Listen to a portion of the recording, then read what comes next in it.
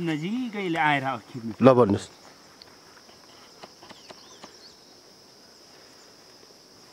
यो एउटा बोटमा चाहिँ 3 किलो मिनिमम 3 किलो 3 किलो सकरखण्डा जस्तै हुँदो रहेछ होइन? यो सुगर हुनेहरूले खानु हुने मिल्ने। हजुर। अब यो माथि आएको छ नि बिउ, यो बिउ हो। हजुर हजुर। यो रातो जति सबै बिउ हो। हजुर। यो चाहिँ फल हो।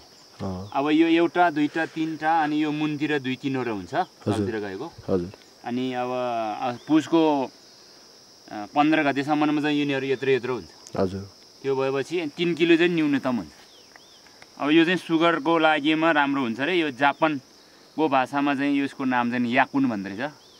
हाम्रो नेपालीमा भुइँचाउ, इङ्ग्लिसमा चाहिँ ग्राउन्ड एप्पल।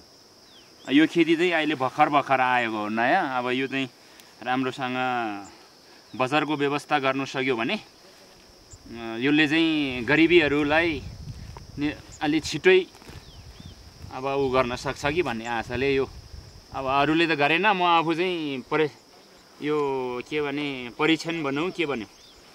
अब गत साल मैले 240 वटा बिरुवा रोपेको, त्यस्तै 8-9 क्विन्टल जति फल भएछ। बिउ जति भएको त्यो 3000-4000 बिरुवा भएछ। बिउ अहिले मैले सबै रोपेको छु। अब यसपालि चाहिँ मैले जहाँसम्म लाग्छ यहाँ कृषक इच्छुक साथीहरू कोही निस्क्यो भने अब 1 र 2 कोहरूलाई म बिउ दिन सक्छु। 2-3 किलो 2-3 किलोको दरले म सबैले दिन्छु।